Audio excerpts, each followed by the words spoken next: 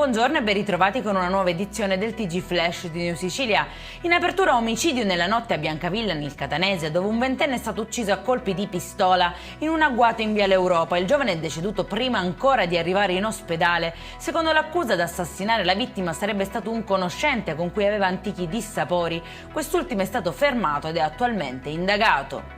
Contrasto alla criminalità economica con l'operazione Digital Nexus a Catania. È stato disposto il sequestro di 2 compendi societari di disponibilità finanziarie di beni per un valore di quasi 1 milione di euro. Paura nel cuore di Caltanissetta, al corso Umberto, strada principale della città, dove una quarantenne ubriaca si è schiantata a tutta velocità contro diverse auto posteggiate, poi ha preso un palo facendo testa-coda e finendo con la sua Smart su un marciapiede. Infine ha anche aggredito la giornalista Rita Cinardi, intervenuta sul posto.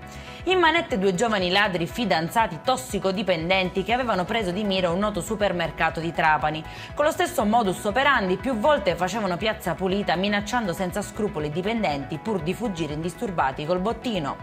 E in chiusura ulteriori disagi all'ospedale di Sciacca nell'Agrigentino, dove ben 3 ambulanze sono guaste e pertanto fuori uso. Una vicenda che aggrava una condizione già complessa dato che continua a non funzionare il reparto di ortopedia e gli interventi sono ancora sospesi. Protesta il Comitato Civico per la Sanità. Per questa edizione è tutto, prossimo appuntamento alle 19:30. Buona giornata.